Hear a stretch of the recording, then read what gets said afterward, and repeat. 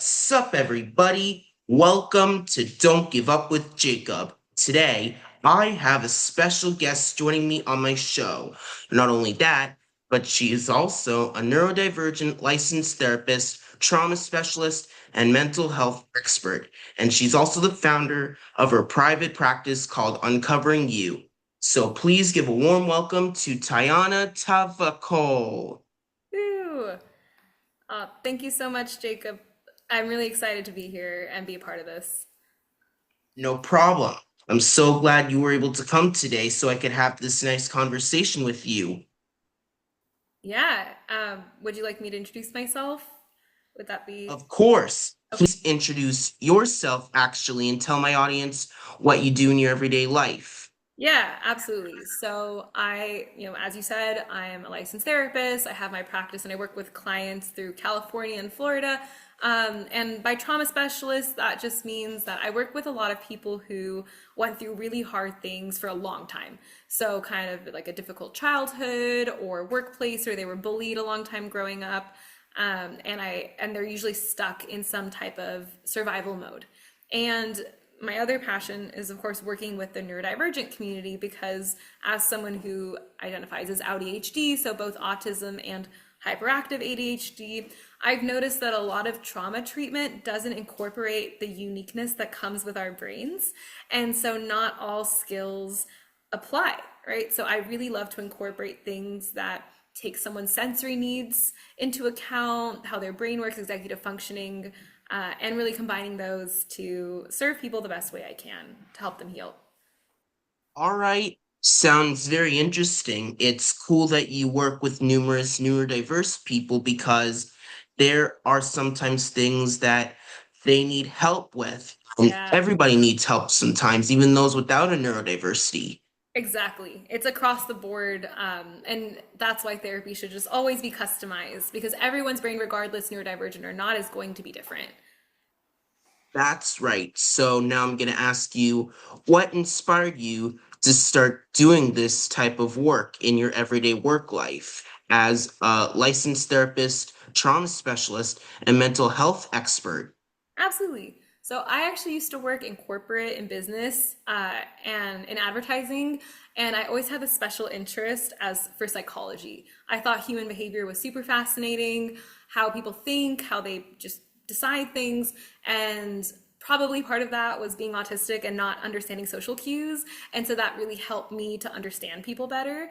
But then I realized I also, through my own therapy for trauma and that background I have, I saw how much you can change in really great ways by working on yourself, like having better relationships, feeling more confident, and just feeling like my trauma wasn't controlling me.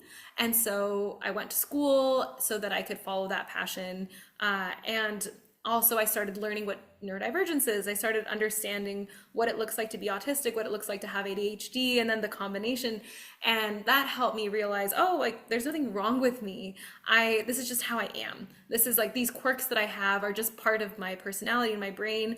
And so I've loved bringing that work in so other people can feel validated and understand that there is nothing wrong with them, right? We are just all special in our own ways and helping them to see those as strengths in themselves too. Wow, definitely agree with you.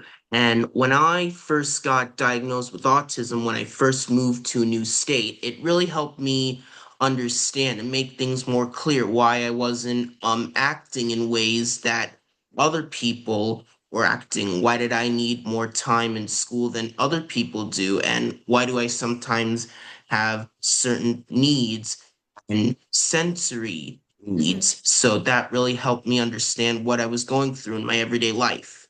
Yeah, exactly, right? It's so validating to just know, oh, it has a pattern that other people experience too. We're not alone at all. And you are definitely not alone at all in that experience. School just never accommodates those things unless you Yeah, have like a letter that says, okay, here's how you can support me.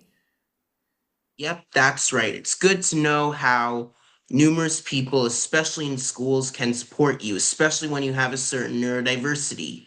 Absolutely. I totally agree. All right. And I also want to mention that I feel like there's some ways that people can understand their emotions a lot better. So, what are some ways that people can help understand their emotions better? Yeah, great question. So a lot of people actually don't know what they're feeling. It's really common in society to value logic and that kind of thinking. And so what I'll often find with clients, and even just in myself before I started therapy, is we don't know what we're feeling at any time. So the first thing is to bring more awareness into that. And so that means having a better idea of what am I feeling and how does that show up. So the way that I'll usually do that with clients is we introduce a structured and easy to remember homework where they'll set a timer on their phone or something like that, where every hour or 2 hours, they're going to ask themselves when the timer goes off, one, what emotion am I feeling? And sometimes that's really hard to figure out when you have no practice. So I'll recommend that they use what's called a feelings wheel. This is something that people, you can just Google feelings wheel and it'll show up. And it's a bunch of different emotional vocabularies. It'll say, sad, angry, happy, but in much more detail. And so then they can kind of look and see which ones they're noticing. And then the second part of that is starting to also check in of where does that show up in my body? So if they're sad, maybe that's really heavy in the bottom of their stomach. Maybe if it's anxious, they have a lot of tension or their heart's racing. So starting, the more they can practice that, the more they'll understand what are they actually feeling and know, okay, this sensation means this is what my emotion is. And that gives them more control because now they're a little more connected to themselves. Yeah, I think those definitely sound like great ways, Oh, cool. especially it helps me when I'm going through a super tough time and I just don't know how I'm feeling. I just have all these feelings inside me, like sad, angry, Yeah. frustrated, overwhelmed, and I just don't know what's going on with me. So I think those are great ways to help me and many other people understand what they're feeling. Yeah, that's perfect. And you're actually already identifying all the different ones because it's really common to have a bunch of different emotions at the same time. So I already think it's really insightful that you have already identified. I have like 6 different emotions at once, and it's overwhelming or a lot to figure out.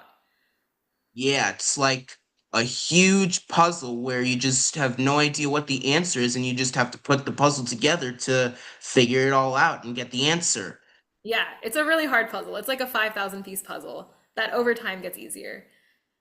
Yeah, couldn't agree more. So I also feel like numerous people struggle with self-doubt. So why do you think people struggle with that certain type of doubt in their lives?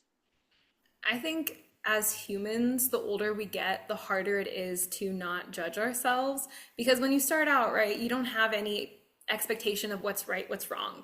But as you get older, you start hearing from school, from friends, from people around you, from society, here's the right way to be, here's the wrong way to be. And it's natural to start to compare ourselves to what's right. How are we matching up or not matching up? And that's a lot of different voices. So as we get older, it's really hard to say, or just to believe that you're not doing anything wrong. You just are who you are. And so I think that the self doubt gets really strong. But the positive with that is you actually can do so much to change it.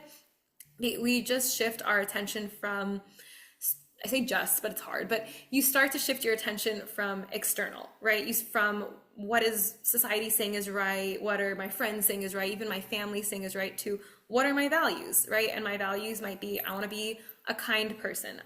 One of my values is I love to laugh, things like that. And so I'll match what I'm doing to that value and check in with myself. So then what's correct is really more about how do I feel about how I'm acting, not what do other people say. And like with neurodivergence, that's huge, right? Because we're so different than what's societally acceptable a lot of times that it's hard not to doubt that there's something wrong with us. But that's where starting to check in with yourself of maybe I have, if like for me, I love dad jokes. I think they're great. I love puns. Not everyone likes that, right? But as you learn to think it's okay if some people don't like it because I love it, that helps the self-doubt to get like a little bit less over time, if that makes sense. Really makes a lot of sense to me. There's especially numerous things that I like, including numerous types of music and Yeah. art, and also um, cartoons. And not many other people may like goes, but it doesn't matter what they think Doesn't. because everybody has their own opinions on what they like and hate. Exactly. They can like whatever they like. You can enjoy your cartoons. No one's harmed by that interest. So, but it does take time to accept that about ourselves too. And it sounds like you've done that work to be able to. Yeah, I think so too. And I'm really glad that it's good to know what you like and don't like so that you understand what's best for you. Exactly. Yeah. We can like whatever we want. Of course we can.